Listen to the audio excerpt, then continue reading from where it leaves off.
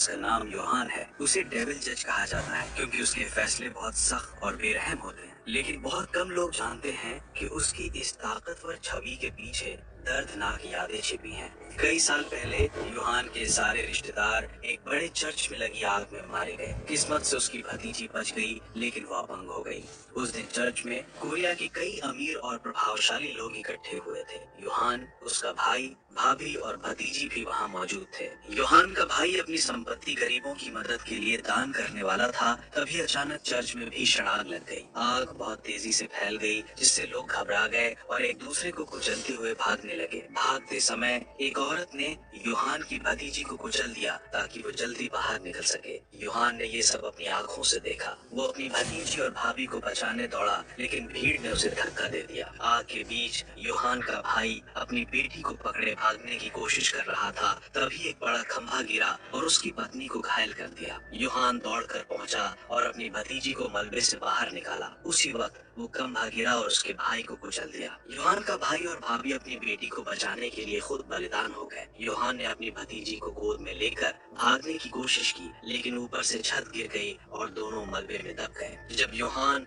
मलबे के नीचे से होश में आया तो उसने देखा कि एक आदमी उसके भाई की लाश से घड़ी निकाल रहा था। जब उस आदमी ने देखा कि योहान अभी जिंदा है तो उसने ठंडी नजर से देखा और वहाँ से चला गया। आखिरी ताकत जुटाकर योहान ने अपनी भतीजी को बाहर निकाला। बाहर खड़े अमीर लोग शांत खड़े थे। उसी वक्त योहान ने कसम खाई कि वो उन सबको सजा देगा, खासकर उस क्रूर औरत को जिसने उसकी भतीजी को कुचला था। उस दिन की आग ने योहान को इंसानों की बेरहमी और दुनिया की गंदगी दिखा दी। समय बीत गया। अब योहान पूरे कोरिया का मशहूर जज बन चुका था। एक दिन स्कूल के ठीक बाद एक यात्री बस कोर्ट हाउस की तरफ तेजी से आ रही थी और टकराने ही वाली थी। अचानक एक छोटी लड़की सड़क के बीच गिर गई। उस खतरनाक पल में किसी ने भी समय पर प्रतिक्रिया नहीं की। तभी एक युवा जज, जिसने हाल ही में पद संभाला था, अपने शरीर से उस लड़की को बचा लिया। उधर योहान ने हथियार बंद पुलिस से M4 राइफल ली और सीधे बस ड्राइवर की तरफ निशाना साधा। गोली उसके कान के पास से निकल गई, जिससे वो घबरा गया और बस का रुख बदल गया। इस तरह योहान ने उस बच्ची की जान बचाई। बाद में पता चला कि बस ड्राइवर एक गरीब गांव की तरफ से विरोध कर रहा था।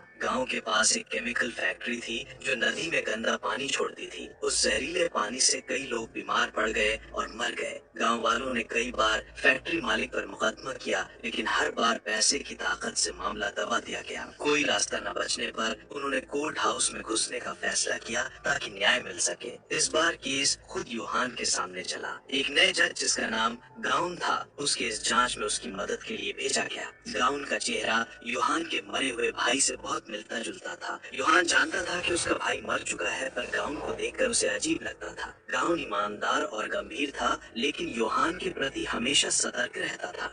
उसे डर था कि योहान को फैक्ट्री मालिक ने रिश्वत दी होगी, इसलिए उसने योहान के ऑफिस में छुपकर एक रिकॉर्डिंग डिवाइस लगा दी। उसे नहीं पता था कि योहान ये केस एक खास तरीके से सुलझाने वाला है। योहान ने फैसला किया कि वो इस मुकदमे को लाइव करेगा ताकि जनता खुद फैसला सुना सके। कोर्ट में उसने जहरीले पानी से बीमार पड़े लोगों की तस्वीरें दिखाई। फैक्ट्री का मालिक शांत बैठा था, क्योंकि उसे यकीन था कि उसने ऊपरी अधिकारियों को पहले ही खरीद लिया है। उसने घमंड से कहा कि उसकी फैक्ट्री हजारों लोगों को रोजगार देती है। कुछ लोगों की मौत से फैक्ट्री बंद नहीं हो सकती। उसके वकील ने कहा कि मालिक को लीकेज की जानकारी नहीं थी, इसलिए उसे केवल लापरवाही के लिए सजा दी जाए। योहान ने तुरंत एक गवाह को बुलाया जो कई साल पहले उस फैक्ट्री में डॉक्टर था। उसने बताया कि लीकेज की जानकारी मालिक को दी गई थी, लेकिन उसने मरम्मत से इनकार कर दिया क्योंकि उसे नुकसान नहीं चाहिए था। वो जानबूझकर लोगों की मौत को नजरअंदाज कर रहा था ताकि फैक्ट्री बंद ना हो। ये सुनकर कोर्ट में सन्नाटा छा गया। पूरा देश लाइव ट्रायल देख रहा था। लोगों ने ऑनलाइन वोट किया।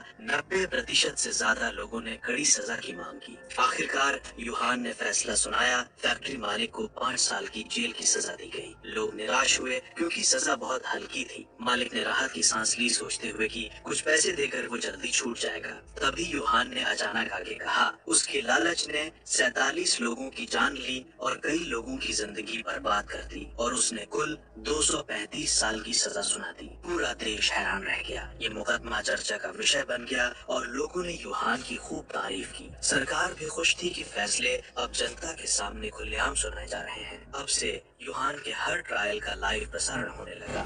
एक शाम एक अमीर और घमंडी युवक ने सड़क किनारे खाना खाते एक बूढ़े आदमी को गाड़ी से डराया और चला गया। बूढ़ा डर के मारे गिर पड़ा लेकिन कुछ नहीं बोला। उस युवक ने सोचा कि वो बहुत अच्छा ड्राइवर है, इसलिए वो मोड़ पर बिना स्लो किए चला गया। उसकी वजह से एक महिला ने गाड़ी से नियंत्रण खो दिया और टकरा गई।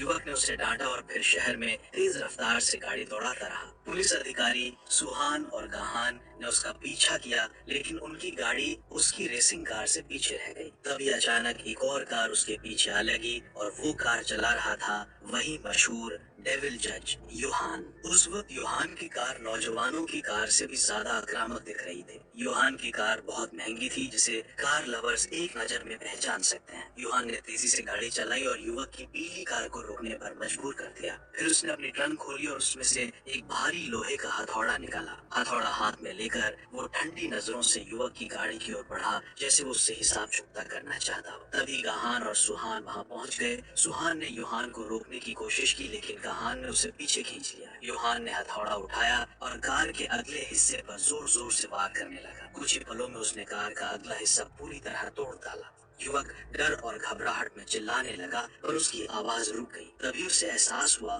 कि जिसने उसकी कार को टक्कर मारी थी वो कोई साधारण आदमी नहीं, बल्कि वही डेविल जज योहान था। योहान ड्राइवर सीट की ओर गया, दराज खोली और उसमें से सफेद पाउडर का एक पैकेट निकाला जो किसी प्रतिबंधित नशे जैसा लग रहा था। उसने वो पैकेट शांत भाव से युवक के सामने उठाया, जो अब डर से कांप रहा था। युवक ने उसे देखकर तुरंत पहचान लिया कि वो ड्रग्स है। वो जल्दी से मना करने लगा, लेकिन योहान ने साफ कहा कि इस पैकेट पर उसी के फिंगरप्रिंट्स हैं। यही वो सबूत था जो योहान को युवक की कार में मिला था, साफ और अटल सबूत। योहान ने पैकेट उठाया और जाने लगा। युवक हैरान था, समझ नहीं पा रहा था कि आखिर जज ने उसे क्यों निशाना बनाया। वो सोचने लगा शायद इसलिए क्योंकि उसने थोड़ी देर पहले तेज गाड़ी चलाई थी और योहान उससे बदला ले रहा था, लेकिन सच्चाई इतनी आसान नहीं थी। सब कुछ 10 साल पहले शुरू हुआ था। युवक की माँ क्योंग ही अब न्याय मंत्री थी। 10 साल पहले जब एक बड़ी आग लगी थी तो क्योंग ही ने खुद को बचाने के लिए योहान की भतीजी के पैर पर पैर रखकर भाग निकली थी। इस निर्दयी हरकत की वजह से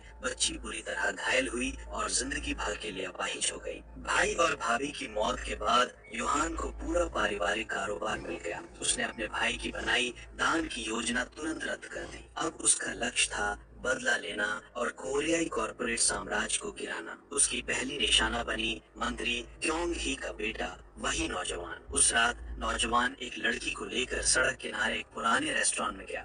उसने अपनी कार दरवाजे के दरमियान पार्क कर दी। वेटर बाहर आया और उससे कहा कि कार कहीं और पार्क करे। नौजवान ने गुस्से में चाबी फेंकी और कहा कि वेटर खुद गाड़ी हटा ले। वेटर ने मना कर दिया क्योंकि उसे ड्राइविंग नहीं आती थी। ये सुनकर नौजवान भड़क गया और वेटर पर हमला करने लगा। उसने गुस्से में कहा कि ये रेस्टोरेंट कितना घटिया है, यहाँ तो एक वैलेट तक नहीं है। शोर सुनकर शेफ रसोई से बाहर आया और बीच बचाव करने की कोशिश की, मगर नौजवान ने बिना कुछ सोचे उसके चेहरे पर सबके सामने थप्पड़ मार दिया। शेफ गुस्से में था, पलटकर कुछ कहने ही वाला था कि लोगों ने उसे रोक लिया। सब बोले, ये आदमी बहुत ताकतवर है, पंगा मत लो। नौजवान ने भी सबके सामने घमंड भरे शब्द बोले और सबका मजाक उड़ाया। एक वेट्रेस ने बीच में रोकने की कोशिश की, लेकिन उसने उस पर भी हाथ उठा दिया। घटना के बाद पीड़ितों ने शिकायत दर्ज की और केस अदालत में पहुंच गया। संयोग से ये केस डेविल जज योहान के हाथों में आया। जांच के दौरान पता चला कि ये पहली बार नहीं था जब नौजवान ने किसी को पीटा हो। हर साल वो सैकड़ों लोगों के साथ झगड़े करता था, लेकिन सभी डर के कारण चुप रह जाते थे,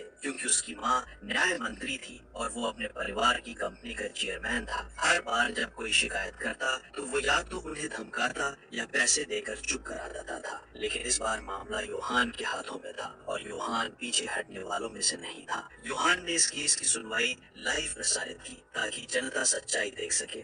उसने लोगों से कहा कि वो वोट करें कि क्या इस नौजवान को दोषी ठहराया जाए। तभी अभियोजक ने बताया कि सभी पीड़ितों ने अपनी शिकायतें वापस ले ली हैं। उसने योहान से पूछा कि अब जब कोई केस नहीं बचा तो सुनवाई क्यों जारी रखी जा रही है। योहान ने तुरंत उस रेस्तरां के शेफ को बुलाया जिसे नौजवान ने मारा था, लेकिन जब शेफ से गवाही मांगी गई तो उसने अचानक कहा कि अब वो केस नहीं चलाना चाहता। उसने बताया कि सुबह उसकी माँ ने कहा कि उनका रेस्तरां बिक गया है और नए मालिक ने शर्त रखी है कि अगर वो वही व्यापार जारी रखना चाहता है तो उसे केस वापस लेना होगा। यूहान ने पूछा, कल रात तो तुमने कहा था कि तुम आखिरी दम तक लड़ोगे, फिर अचानक ये फैसला क्यों? शेफ ने सिर झुका लिया, मुट्ठियां कस ली, लेकिन अंत में अपने गुस्से को निकल लिया। रोजगार की मजबूरी में उसने कहा कि नौजवान तो बस मजाक कर रहा था, अब बात खत्म हो गई। नौजवान तुरंत खड़ा हुआ और बोला कि अब अदालत में और कुछ कहने को नहीं बचा। वो जाने ही वाला था कि यूहान ने उसे सख्त नजरों से रोक लिया। उसने कैमरे की दिशा उसकी ओर मोड़ी और जोर से कहा, मैं उन सबको आमंत्रित करता हूँ जिनके साथ इस आदमी ने अन्याय किया है। सीधे अदालत से जुड़ो और बताओ तुम्हारे साथ क्या हुआ। आज मैं खुद न्याय करूंगा। कुछ ही देर में एक लड़की स्क्रीन पर जुड़ी। उसका चेहरा साफ दिखाई दे रहा था, पूरी अदालत के सामने। उसने कहा कि जब वो एक सेल्स वुमन थी तो एक बार कुछ नौजवानों ने उसे सबके सामने थप्पड़ मारा था, सिर्फ इसलिए क्योंकि उसने उनकी तरफ देखा था। डायरेक्टर ने उसे सब कुछ सहने के लिए मजबूर किया। वो अपनी बात पूरी भी नहीं कर पाई थी कि और लोग भी ऑनलाइन जुड़ गए। उन्होंने भी बताया कि कैसे उन्हें भी उसी नौजवान ने नुकसान पहुंचाया था। स्क्रीन पर सभी को दिखाना भी मुश्किल हो गया क्योंकि पीड़ितों की संख्या लगातार बढ़ती जा रही थी। हर किसी ने क्यों ही के घमंडी बेटे के अत्याचार और अपमान को झेला था। यूहान ने सामने खड़े व्यक्ति की ओर देखा और ताने भरी मुस्कान दी। जनता के गुस्से भरी निगाहों के बीच जज यूहान ने ऐसा फैसला सुनाया जो पहले कभी नहीं हुआ था। आधुनिक समाज में रहते हुए भी यूहान ने सजा के तौर पर छड़ी से पिटाई का आदेश दिया, जिससे पूरी अदालत में अफरा तफरी मच गई। ये जज ऐसा था जिससे लोग डरते भी थे और इसकी इज्जत भी करते थे। जब नौजवान का अपराध साबित हो गया तो यूहान ने सजा अगले दिन तक टाल दी। ये देरी जानबूझकर की गई थी क्योंकि यूहान जानता था कि क्यों ही उससे मिलने जरूर आएगी। जैसा उसने सोचा था, क्यों ही सच में अगले दिन उससे मिलने आई और माफी मांगी। वो चाहती थी कि यूहान उसके बेटे के साथ नरमी बरते ताकि परिवार की इज्जत बची रहे। यूहान ने कहा कि वो नरमी दिखा सकता है, लेकिन क्यों ही को ये स्वीकार करना होगा कि वो सालों से रिश्वत लेती रही है। उसे ये भी सार्वजनिक रूप से मानना होगा कि उसने अमीरों का साथ देने और गरीबों को दबाने के लिए सजाओं में बदलाव किए हैं। ये सुनकर क्यों ही बहुत गुस्सा हुई। उसे विश्वास नहीं हुआ कि उसे इस हद तक झुकने पर मजबूर किया जा रहा है। उसका बेटा जनता के गुस्से का निशाना बन चुका था। लोगों ने मांग की कि क्यों ही को पद से हटा दिया जाए क्योंकि वो नैतिक रूप से इसके लायक नहीं थी। उसी रात क्यों ही ने मीडिया को संभालने के लिए प्रेस कॉन्फ्रेंस की। कैमरों के सामने उसने कहा कि कानून सबके लिए बराबर है। अगर अपराधी उसका बेटा भी हो तो उसे भी सजा मिलनी चाहिए। बाहर से वो सख्त दिख रही थी, लेकिन अंदर से सोच रही थी कि ये बस कुछ दिनों की बात है। जैसे ही मामला शांत होगा वो अपने बेटे को जेल से चुपचाप निकलवा लेगी। लेकिन यूहान इसकी मंशा पहले से जानता था। अगले दिन जब सुनवाई शुरू हुई तो यूहान ने सभी की उम्मीदों के खिलाफ जाकर जेल की सजा नहीं दी। उसने छड़ी से पिटाई की सजा सुनाई। अगर नौजवान को दूसरों को पीटना पसंद है तो अब उसे खुद भी वही दर्द झेलना होगा। यूहान ने पूरे देश के सामने लाइव 30 बारों की सजा सुनाई। क्योंकि का बेटा सिर झुकाए खड़ा था और टीवी पर ये देखकर क्योंकि गुस्से में टीवी तोड़ बैठी। उसे विश्वास नहीं हुआ कि यूहान ने खुलेआम सजा देने की हिम्मत की। यूहान ने जनता को वोट करने की आजादी दी। जो लोग सजा का समर्थन करते थे उन्होंने हाँ बटन दबाया। स्क्रीन पर हाँ के वोट तेजी से बढ़ते जा रहे थे। लोग इतने उत्साहित थे कि बार बार बटन दबाते जा रहे थे। नौजवान गुस्से में कांपने लगा। उसने चिल्लाकर जनता को कोसा कि वो उसकी सजा तय करने वाले कौन होते हैं। लेकिन कुछ ही देर बाद वो घुटनों पर गिर गया और यूहान से माफी की भीख मांगने लगा। पर यूहान का फैसला नहीं बदला। फैसला सुनाने के बाद यूहान अदालत से चला गया क्योंकि जिसने पहले सजा का प्रस्ताव रखा था अब दबाव में आकर आदेश पर हस्ताक्षर करने को मजबूर हो गई। जनता के गुस्से से डरकर उसने आंखें बंद कर साइन कर दिए। कुछ समय बाद उसका बेटा मीडिया की मौजूदगी में सजा के स्थान पर लाया गया। कई बड़े अधिकारी और पत्रकार मौजूद थे और ये सीन लाइव प्रसारित हुआ। नौजवान को कपड़े उतारकर लकड़ी के फ्रेम से बांध दिया गया। जब जल्लाद ने उसे पीटना शुरू किया तो हर वार को रिकॉर्ड किया गया। पूरा देश ये सीन टीवी पर देख रहा था। ये सजा कठोर थी पर जनता खुश थी। क्योंकि का बेटा जो बचपन से दूसरों को पीटता था आज खुद सबके सामने पीटा जा रहा था। कुछ ही बारों के बाद वो दर्द से बेहोश हो गया, लेकिन सजा रुकी नहीं। जल्लाद उसके होश में आने का इंतजार करता और फिर से मारना शुरू कर देता। उसी रात गाउन यूहान से मिलने आया और उसे सजा का विरोध किया। उसका कहना था कि अपराधी को कानून के अनुसार सजा मिलनी चाहिए, न कि छड़ी से। लेकिन यूहान जानता था कि गाउन अभी युवा है और उसे समाज की असली सच्चाई नहीं समझी है। वो चुप रहा और गाउन को एक छोटा रिकॉर्डिंग डिवाइस दिया। असल में ये वही उपकरण था जो गाउन ने खुफिया रूप से यूहान के ऑफिस में लगाया था क्योंकि उसे शक था कि यूहान रिश्वत लेता है। यूहान ये पहले से जानता था, लेकिन उसने कुछ नहीं कहा क्योंकि गाउन उसे अपने मरे हुए भाई जैसा लगता था। गाउन को देखकर उसे अपने भाई की याद आती थी जो आग में मारा गया था। यूहान ने कहा कि वो धीरे धीरे दुनिया का असली चेहरा दिखाएगा जो झूठ और पाखंड से भरी है। तभी कमरे के कोने से अजीब आवाज आई, बम की टाइमर की टिक टिक की आवाज। यूहान ने तुरंत गाउन को धक्का देकर दूर किया और जोरदार धमाका हुआ। दोनों आग और धुएं में दूर जा गिरे। यूहान ने बेहोश गाउन को उठाया और अपने घर ले गया। उसका मकसद था गाउन को अपने पास रखना, क्योंकि वो उसे अपने भाई जैसा लगता था। जब गाउन को होश आया, उसने पूछा कि उसे यहाँ क्यों लाया गया। यूहान ने झूठ कहा कि अपराधी का पता अभी नहीं चला, इसलिए उसकी सुरक्षा के लिए उसे यहाँ रखा गया है। असल में यूहान जानता था कि मास्टरमाइंड कौन है, लेकिन उसने मीडिया से ये बात छुपाई। यूहान ने सार्वजनिक रूप से कहा कि वो अपराधी को जल्द पकड़ लेगा। इसी बीच क्योंकि जेल गई और अपने बेटे को देखा। वो करवट भी नहीं ले पा रहा था, उसका शरीर जख्मों से भरा हुआ था। क्योंकि ने तुरंत मीडिया को बुलाया, अपने बेटे के घावों की तस्वीरें खिंचवाई और उन्हें अखबारों में फैलवा दिया। उसने कैमरों के सामने कहा कि यूहान की सजा बहुत क्रूर और अमानवीय है। उसने लोगों की सहानुभूति पाने और यूहान के खिलाफ माहौल बनाने की कोशिश की। बीते समय में एक बार क्लास में एक चिड़िया उड़कर टेबल पर आ गिरी। लड़की डर गई तो पास बैठे लड़के ने लोहे की स्केल से उस चिड़िया को मार डाला। पूरी क्लास ने उसे डांटा कि इतनी प्यारी चिड़िया को क्यों मारा। लड़का चुप रहा, कोई सफाई नहीं दी, बस सिर झुकाए बैठा रहा। उस दिन के बाद से सब उसे तंग करने लगे, मजाक उड़ाने लगे, लेकिन उसने कभी गुस्सा नहीं किया, बस चुपचाप सब सहता रहा। एक दिन क्लास के एक छात्र की निजी चीजें गायब हो गयी। उसके बाद लगभग आधे छात्रों को पता चला कि उनकी चीजें भी गायब थी। अजीब बात ये थी कि सभी चीजें उस व्यक्ति के पास मिली जो उसके बगल में बैठा था। इसके बाद पूरी क्लास बगावत पर उतर आई, बस उस लड़के को छोड़कर। सभी झगड़ने लगे। ये साफ था कि अपने दोस्तों को झगड़वाने वाला व्यक्ति था यूहान। जब वो छोटा था, वो बचपन में भी ऐसा ही था, और जब वो बड़ा हुआ तो यूहान और ठंडा और अनिश्चित स्वभाव का हो गया। जब वो जज बना तो उसे डेविल जज कहा जाने लगा, क्योंकि उसके फैसले बहुत सख्त होते थे। अगर कोई अपराध यूहान के हाथ में आ जाता तो अपराधी को सबसे कठोर सजा मिलती। एक दिन एक मशहूर व्यक्ति के गंदे कामों का केस यूहान को सौंपा गया। आरोपी खसून एक मशहूर अभिनेता जो अपनी सुंदरता और बड़ी फैन फॉलोइंग के लिए जाना जाता था। वो अक्सर गुप्त रूप से अपनी महिला फैन से संपर्क करता, उन्हें मिलने के लिए बुलाता और फिर उनके साथ गंदी हरकतें करता। कई पीड़ित मानसिक रूप से टूट चुके थे, लेकिन डर के कारण उन्होंने कुछ नहीं कहा।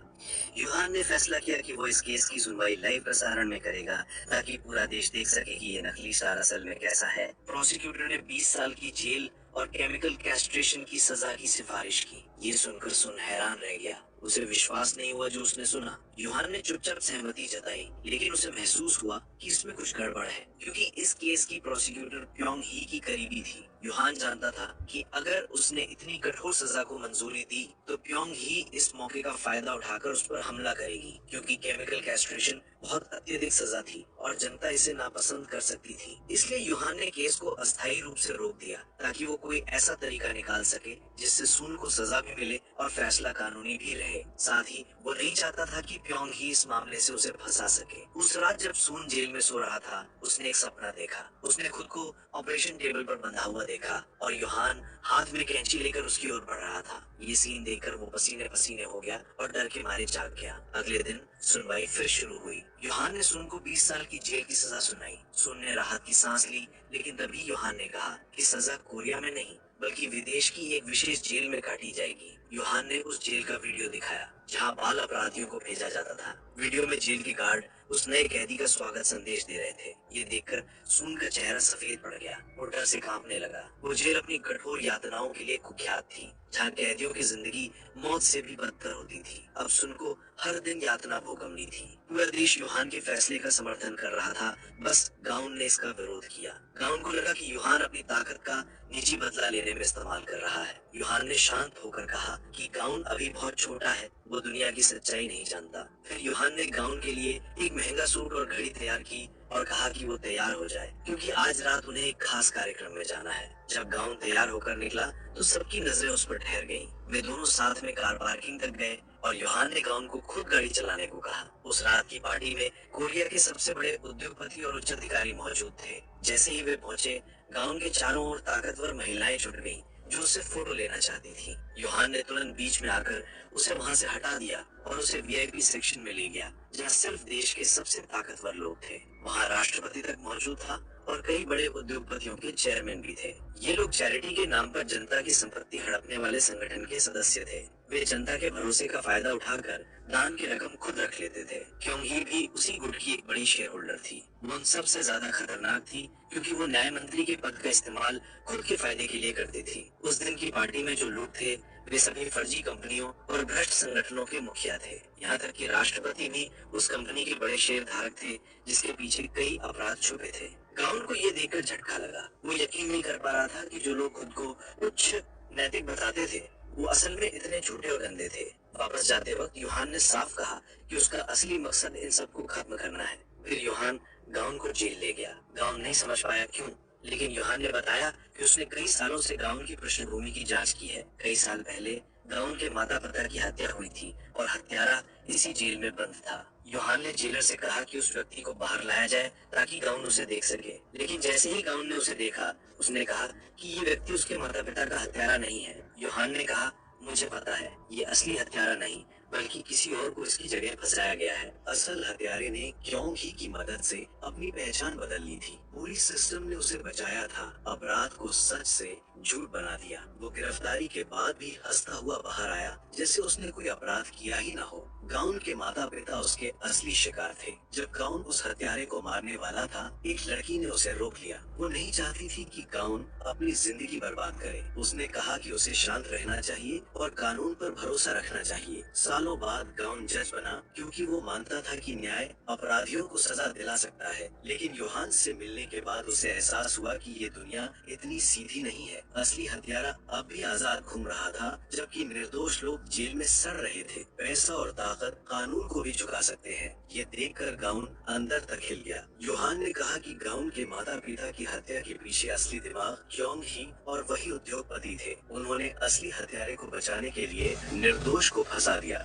वर्षों तक उन्होंने हजारों लोगों की संपत्ति लूटी और कई निर्दोषों की मौत का कारण बने, जिनमें गाउन के माता पिता भी शामिल थे। यूहान गाउन को अपने एक गुप्त ठिकाने पर ले गया, जहां उसके कुछ भरोसेमंद साथी मौजूद थे। वे सब लोग थे जिन्हें कभी यूहान ने मदद की थी और जो उन्हीं अमीर अपराधियों के शिकार थे। उनमें एक पुलिस अधिकारी, एक वकील और एक सूचना जुटाने वाला व्यक्ति था। गाउन ने उनमें एक लड़की को पहचाना, वही जिसने लाइव ट्रायल में सून के खिलाफ गवाही दी थी। अब सब मिलकर उन भ्रष्ट उद्योगपतियों के खिलाफ लड़ने के लिए एकजुट थे। फिर यूहान गाउन को शहर के बाहर एक शांत इलाके में ले गया। वहाँ गाउन ने पहली बार अपने माता पिता के असली हत्यारे को देखा। वो शख्स अब भी अपनी पत्नी और बच्चों के साथ खुशहाल जीवन जी रहा था। वो जो जेल में होना चाहिए था, अब आजादी से घूम रहा था। गाउन गुस्से में आग बबूला हो गया और उसे मार डालना चाहता था, लेकिन यूहान ने उसे रोक लिया और कहा, अगर तुमने किसी की जान ली तो तुम उस इंसान का सामना कैसे करोगे जिसे तुम प्यार करते हो। अगले दिन गाउन भारी मन से सुहान से मिलने गया। उसने उससे पूछा कि अगर उसने किसी को मार दिया तो वो क्या करेगी। सुहान मासूमियत से बोली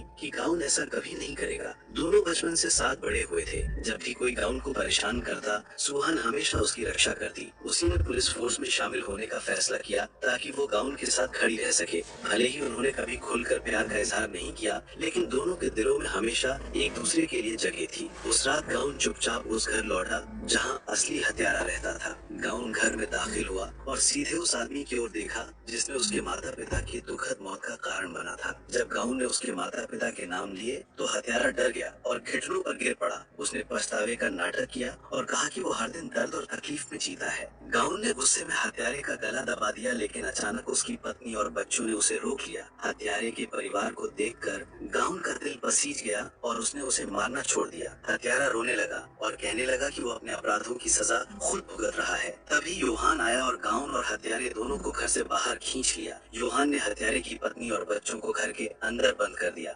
यूहान ने गाउन से कहा कि हत्यारे को पकड़े रखो और खुद उसने घर के चारों ओर तेल डालना शुरू कर दिया। उसने आंगन में रखे पैसों के ढेर पर भी तेल डाला और आग लगा दी। आग तेजी से भड़क उठी और घर और पैसे दोनों जलने लगे। हत्यारा घबरा गया और पैसों के ढेर की ओर भागा, अपनी पत्नी और बच्चों को आग में छोड़कर। गाउन हैरान रह गया। अब उसे समझ आया कि हत्यारा कभी सच में नहीं बदला था। जब उसे पता चला कि सारे पैसे नकली थे तो वो पागल हो गया। यूहान ने गाउन को घर में जाने से रोका क्योंकि हत्यारे की पत्नी और बच्चे पहले ही सुरक्षित निकाल लिए गए थे। हत्यारा रोने लगा और माफी मांगने लगा। जब उसने देखा कि उसका परिवार सुरक्षित है, उसने कहा कि उसके पास पैसे नहीं हैं, लेकिन सच्चाई ये थी कि पैसे उसकी पुरानी ठगियों से आए थे। गिरफ्तार होने के बाद उसने क्योंग ही और चेबल से सब संभालने को कहा ताकि वो सजा से बच सके। उसने किसी और को पैसे देकर जेल भेज दिया और खुद ऐसे जीता रहा जैसे कुछ हुआ ही नहीं। उसने अपनी पत्नी और बच्चों से झूठ बोला कि उसके पास कुछ नहीं है और वो पछता रहा है, लेकिन यूहान की वजह से आग ने उसका असली चेहरा दिखा दिया। गाउन ने अपनी आंखों से सच्चाई देखी और उसका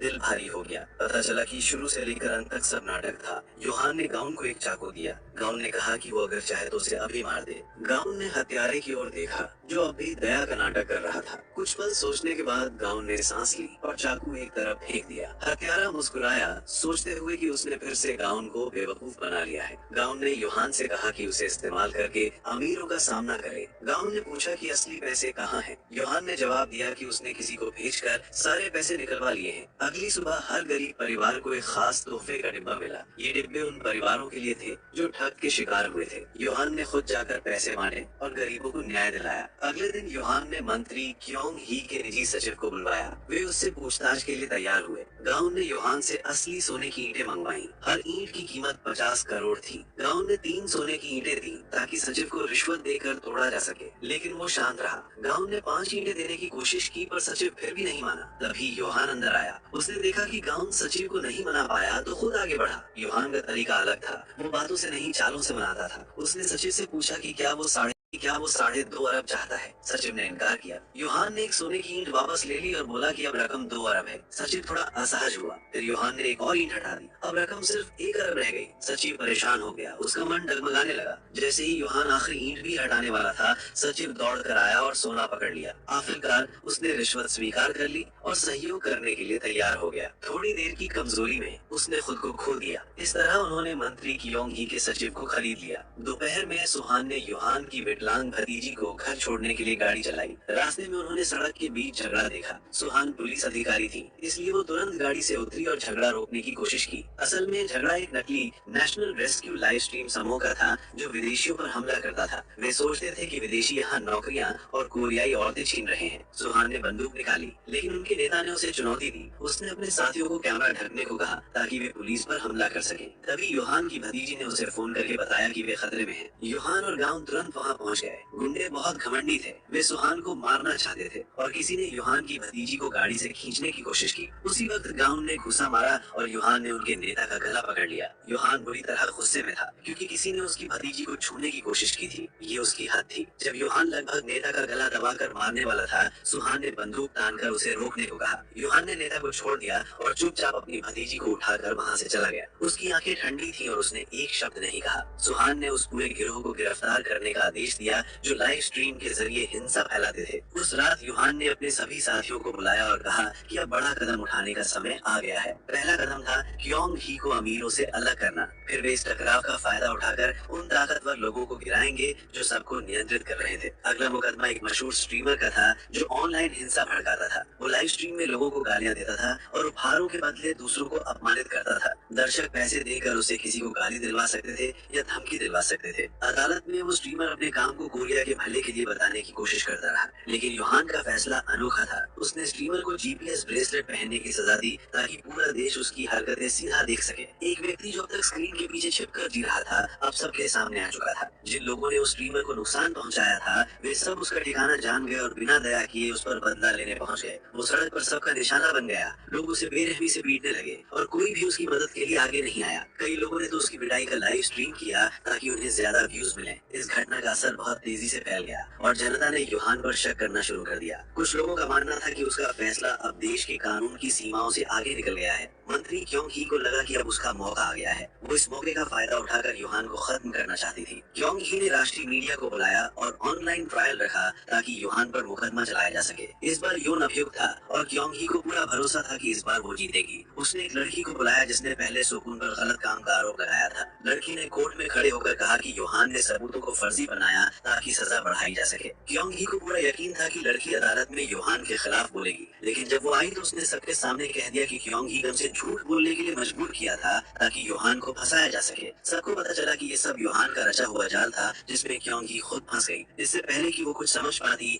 योहान ने एक और खबर सुनाई जिसने पूरे कोर्ट को हिला कर रख दिया। उसने गाउन के परिवार के हत्यारे को अदालत में लाकर खड़ा कर दिया। ये वही आदमी था जो जेल में होना चाहिए था, लेकिन क्योंग ही ने अपनी ताकत का इस्तेमाल करके किसी और को जेल भेज दिया था। ये सुनते ही क्योंग ही घबरा गई और अदालत से भाग गई। राष्ट्रपति ने उसके पास जाकर मदद मांगी। उसे उम्मीद थी कि वो उसकी रक्षा करेगा, लेकिन राष्ट्रपति राष्ट्रपति तो खुश था, वो खुद क्योंग ही को खत्म करना चाहता था। क्योंग ही ने धमकी दी कि अगर वो गिर गई तो सारे गुनाहों को उजागर कर देगी। तभी राष्ट्रपति की पत्नी अंदर आई और ठंडे स्वर में बोली, कर दो खुलासा, लेकिन पहले तुम्हारा बेटा मरेगा। राष्ट्रपति और उसकी पत्नी का असली रूप देखकर क्योंग ही कांप उठी। अब उसके पास कोई रास्ता नहीं बचा था। उस रात योहान और गाउन उससे मिलने आए और साथ काम करने का प्रस्ताव दिया। उन्होंने कहा कि वे राष्ट्रपति और पूरे कारोबारी समूह को गिराना चाहते हैं। क्योंग ही ने उन्हें कमरे से निकल जाने को कहा, उसे सोचने का समय चाहिए था। योहान और गाउन के जाने के बाद क्योंग ही ने धीरे से बंदूक निकाली और वहीं खुद को गोली मार ली। योहान और गाउन को लगा कि वो सहयोग के लिए राजी हो गई है। वे क्योंग ही को इस्तेमाल करके राष्ट्रपति और बड़े उद्योगपतियों को गिराना चाहते थे, लेकिन अब उनकी सारी योजना खत्म हो गई थी। इधर राष्ट्रपति और उद्योगपतियों ने मिलकर एक रिहायशी इलाके को घेर लिया और पूरे देश में खबर फैलाई कि वहाँ एक गंभीर महामारी फैल गई है। उस इलाके के लोगों को पकड़कर एक सैनिक गुप्त अनुसंधान केंद्र में ले जाया गया था।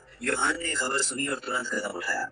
उसने मीडिया से अपील की और सरकार के नियंत्रण वाले टीवी चैनल के बजाय जनरेटर और सिग्नल ट्रांसमिशन उपकरण मांगे ताकि सच्चाई दिखाई जा सके। सरकार के लोग उसे रोकने आए, लेकिन योहान के साथियों ने उन्हें पकड़ लिया। योहान और कुछ लोग इमारत की छत पर चढ़ गए और वहां से लाइव स्ट्रीम शुरू कर दिया। कैमरे में जो सीन दिखे उन्हें देखकर सब हैरान रह गए। साफ दिखाई दे रहा था कि ये कोई महामारी नहीं बल्कि एक षड्यंत्र था। योहान ने सब कुछ लाइव दिखाया और पूरा देश सच्चाई देखकर डर और गुस्से से भर गया। राष्ट्रपति गुस्से से आग बबूला हो गया। उसने तुरंत अपने लोगों को भेजा ताकि लाइव बंद कराया जा सके। वो व्यक्ति जिसने पहले योहान के मुकदमे में सजा पाई थी, अपने गुंडों के साथ पहुंच गया। उन्होंने छत पर चढ़ने की कोशिश की, लेकिन योहान के साथियों ने सब रास्ते बंद कर दिए। नीचे खड़े गुंडों ने पत्थर फेंके और योहान घायल हो गया। एक बूढ़े आदमी ने उन्हें रोकने की कोशिश की, लेकिन उसे डंडे से मार दिया गया। सबके सामने राष्ट्रपति के आदमी ने उस बुजुर्ग की हत्या कर दी। राष्ट्रपति के सहारे पर वो और भी बेखौफ हो गया। राष्ट्रपति ने हर जगह फोन करके लाइव बंद करने का आदेश दिया, लेकिन टीवी स्टेशन पूरी तरह से योहान के नियंत्रण में था। मजबूरी में उसने पूरे देश की बिजली बंद कर दी। फिर भी लोगों के मोबाइल चालू थे और वे लाइव देख पा रहे थे। जब क्वारंटीन क्षेत्र के लोगों ने बूढ़े आदमी की हत्या देखी तो वे भड़क उठे। अब वो धोखा खाने को तैयार नहीं थे और जमकर विरोध करने लगे। जैसे ही योहान ने प्रसारण खत्म किया, सुहान गाड़ी चलाते हुए पहुंची। जैसे ही वो उतरी, पीछे से एक आदमी आया और बिना झिझक गोली चला दी। गोली सीधे सुहान के दिल में लगी। वो गाउन की बाहों में मर गई। उसका सफेद कपड़ा खून से लाल हो गया। गाउन चीखा, उसकी दुनिया टूट गई। गाउन ने ठंडी नजरों से योहान की ओर देखा और कहा कि अब वो सबका बदला लेगा। उसे यकीन था कि सुहान की मौत के पीछे राष्ट्रपति और उसका गिरोह है। योहान की टीम ने राष्ट्रपति के एक भरोसेमंद आदमी को पकड़ लिया और अगले दिन उन्होंने उसका ट्रायल किया। ये ट्रायल पूरे देश में लाइव दिखाया गया। उन्होंने घोषणा की कि जो भी इस ट्रायल को रोकने की कोशिश करेगा वही असली गुनहगार होगा। राष्ट्रपति डर गया। उसे डर था कि उसका आदमी सच्चाई बता देगा, खासकर जब से लोगों को शक हो गया था कि महामारी असली नहीं है। राष्ट्रपति ने तुरंत रिसर्च टीम की प्रमुख आर्मी को बुलाया और कहा कि अगर लोग महामारी पर शक कर रहे हैं तो एक असली महामारी बना दो, थोड़ा सा वायरस फैलाओ और फिर उसे बड़ा दिखाओ। वे झूठ को सच में बदलना चाहते थे। इस बीच कोरियाई जजों द्वारा आयोजित विशेष अदालत का लाइव ट्रायल शुरू हुआ। योहान ने हत्यारे को मौत की सजा देने का प्रस्ताव रखा और उसे बिजली के झटके से मारने की तैयारी की, लेकिन अगर वो अपने मालिक का नाम बता देता तो उसकी जान बख्श दी जाती। हत्यारा चुप रहा क्योंकि राष्ट्रपति खुद पिछली रात उससे मिलने आया था। उसने कहा था कि बिजली की व्यवस्था वो खुद संभालेगा ताकि वो मरे नहीं, और अगर उसने सह लिया तो उसे इतना पैसा मिलेगा कि कभी खत्म नहीं होगा। जब हत्यारा अब भी नहीं बोला, तब योहान ने फैसला किया कि अब महामारी विशेषज्ञ को बुलाया जाए। डॉक्टर ने कल योहान को बताया था कि कोई महामारी नहीं फैली है। योहान ने उसे अदालत में पेश होने के लिए तैयार किया था, लेकिन कई बार फोन करने के बावजूद डॉक्टर नहीं आया। बाद में योहान को पता चला कि डॉक्टर रहस्यमय तरीके से मर गया है और उसकी रिपोर्ट में वायरस पॉजिटिव पाया गया। योहान समझ गया कि ये सब राष्ट्रपति की चाल थी ताकि सबूतों को छिपाया जा सके, लेकिन योहान के पास ठोस सबूत नहीं थे, इसलिए वो राष्ट्रपति को बेनकाब नहीं कर सका। योहान ने हत्यारे को आखिरी मौका दिया। उसने कहा कि अगर वो असली साजिशकर्ता का नाम बता दे तो उसकी जान बख्श दी जाएगी, लेकिन हत्यारा आत्मविश्वासी था क्योंकि उसे भरोसा था कि राष्ट्रपति ने उसे आखिर तक बचाने का वादा किया है। फिर जनमत का नतीजा घोषित हुआ। ज्यादातर लोगों ने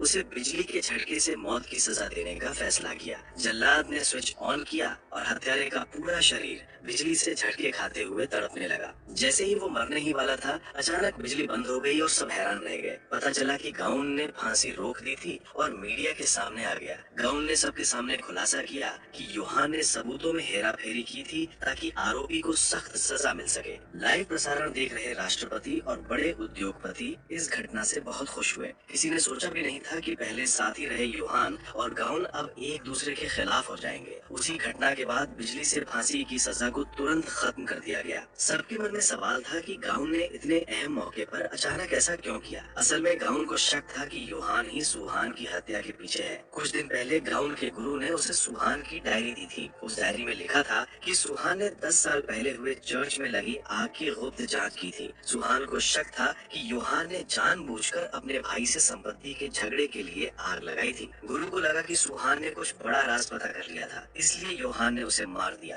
ताकि सबूत छिप सके। डायरी में दिए पते के अनुसार गाउन सच जानने निकला। वो एक बूढ़ी औरत से मिला जिसने बताया कि सुहान कई साल पहले आग के बारे में पूछने आई थी। फिर गाउन उस चौकीदार से मिला जो उस वक्त चर्च में काम करता था। उसके पास उस वक्त का एक वीडियो भी था जिसमें चर्च आग में जलता दिख रहा था। चौकीदार ने बताया कि कुछ दिन पहले एक महिला पुलिस अधिकारी भी उससे इसी बारे में पूछने आई थी। उसके जाने के थोड़ी देर बाद एक अजनबी आदमी आया, उसने उसे मारा और जल्दी चला गया। गाउन ने आसपास के कैमरों की जांच की और नंबर प्लेट के जरिए उस आदमी का घर ढूंढ निकाला, लेकिन जब वो वहां पहुंचा तो पाया कि वो आदमी हाल ही में मर चुका था। गाउन ने उसका फोन देखा, आखिरी कॉल यूहान के नंबर पर थी। जब उसने कॉल किया तो यूहान ने फोन उठा लिया। इस बात से गाउन को और यकीन हो गया कि यूहान ही अपराधी है। गुस्से में खुद को धोखा खाया महसूस करते हुए गाउन यूहान के घर पहुंचा, उसे मारने की नियत से। जैसे ही गाउन ने उसे छुरा भोंका, यूहान ने अपने हाथ से खून से सना ब्लेड पकड़ लिया। उसने शांत स्वर में कहा कि उसे समझ नहीं आ रहा कि गाउन ऐसा क्यों कर रहा है। यूहान ने कहा कि गाउन को कोई धोखा दे रहा है, लेकिन गाउन को अब भी यकीन था कि सुहान की मौत के पीछे वही है। अचानक गाउन का गुरु पुलिस के साथ वहां आ गया और बोला कि यूहान ही हत्या का आरोपी है। पुलिस ने तुरंत उसे हथकड़ी लगा दी। इस बीच गाउन को लगा कि वो न्याय कर रहा है, लेकिन तभी अंधेरे से सोना बाहर आई, चेहरे पर विजयी मुस्कान लिए। असल में ये पूरी घटना सोना की बनाई हुई साजिश थी। यहाँ तक कि गाउन के गुरु को भी रिश्वत दी गई थी ताकि यूहान को फंसाया जा सके। गाउन ये जानकर सदमे में आ गया कि वो इस्तेमाल किया जा रहा था। सुहान की मौत का सच अब भी रहस्य था। सच्चाई सुनने के बाद गाउन पूरी तरह से टूट गया। उसका शरीर सख्त हो गया और वो बोल भी नहीं सका। तभी एक छोटी लड़की मोमबत्ती से टकरा गई, जिससे आग लग गई और पूरा मीटिंग हॉल जलने लगा। उसी आग में चर्च भी ढह गया। उस हादसे में यूहान के भाई और भाभी दर्दनाक आग में मारे गए। केवल यूहान ही जानता था कि उस दिन क्या हुआ था, लेकिन उसने ये बात सालों तक छिपाई रखी। यूहान ने झूठ कहा था कि वही जिम्मेदार है ताकि उसकी भतीजी नफरत के साथ जी सके। सच्चाई जानने के बाद गाउन को बहुत पछतावा हुआ। अब उसे अपने फैसलों पर भरोसा नहीं रहा। सोना ने आदेश दिया कि यूहान को ले जाया जाए। सब कुछ पहले से योजनाबद्ध लग रहा था। गाउन पुलिस स्टेशन भागा मदद के लिए, लेकिन वहाँ तक रिश्वत का जाल फैला हुआ था। गाउन अपने गुरु के पास लौटा, जिसने बचपन से उसे और सुहान दोनों को सहारा दिया था, लेकिन उसे ये जानकर झटका लगा कि उस गुरु को भी सोना ने अपने काले षड्यंत्र में शामिल कर लिया था। विश्वासघात और बेबसी के बीच गाउन ने अपनी आखिरी चाल खेलने का फैसला किया। सोना और राष्ट्रपति ने एक गुप्त अस्पताल बनाया था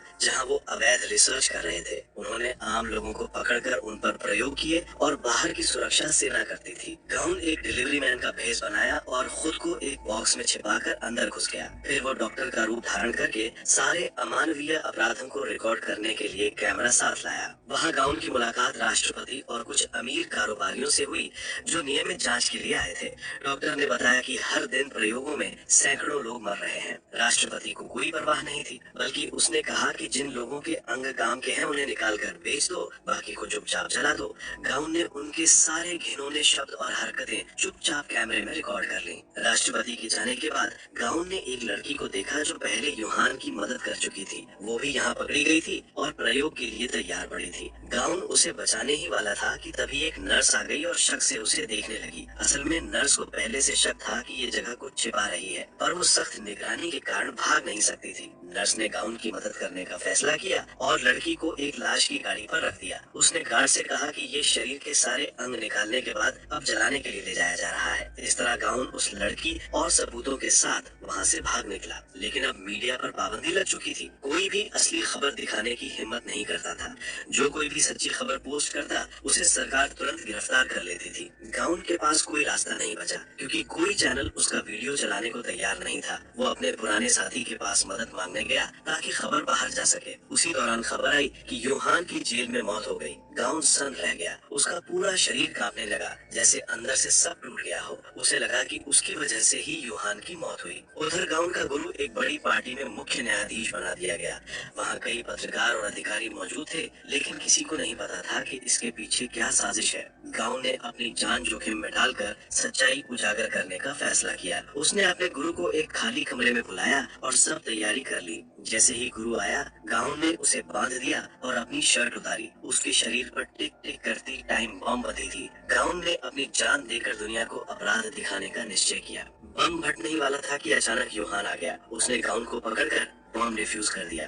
पता चला कि योहान मरा नहीं था, ये सब एक योजना थी ताकि दुश्मन अपनी कमजोरी दिखा दे। जेल में योहान के कुछ वफादार साथी थे जिन्होंने गुप्त रूप से उसकी मदद की। उसकी मौत की खबर सिर्फ एक झूठ थी ताकि विरोधी सतर्कता छोड़ दे। कुछ ही देर बाद राष्ट्रपति और अमीर लोग पार्टी कर रहे थे, ये सोचकर कि योहान मर चुका है। जैसे ही उन्होंने जश्न में जाम उठाया, पीछे लगी टीवी स्क्रीन अचानक जल उठी। स्क्रीन पर योहान दिखाई दिया, ठंडे और शांत चेहरे के साथ। सबको लगा ये कोई पुराना वीडियो है, लेकिन तभी योहान ने कहा कि वो अब उनसे अलविदा कहने आया है। इस बार योहान ने लाइव स्ट्रीम चालू किया और पूरी सच्चाई दिखा दी। गुप्त अस्पताल, राष्ट्रपति की कबूलियत वाली बातें, सब लाइव प्रसारित हो गया। पूरा देश ये देखकर दहल गया। योहान ने जनता से वोट मांगा कि क्या इन सारे अपराधियों को सजा दी जाए। उसने कहा कि अगर 1 करोड़ लोग हाँ कहेंगे तो वो बम विस्फोट कर देगा। कैमरे में दिखाया गया कि उस जगह हर तरफ बम लगे थे और कोई रास्ता नहीं था। वोट की संख्या लाखों पार कर गई और कुछ ही मिनटों में 1 करोड़ पहुंच गई।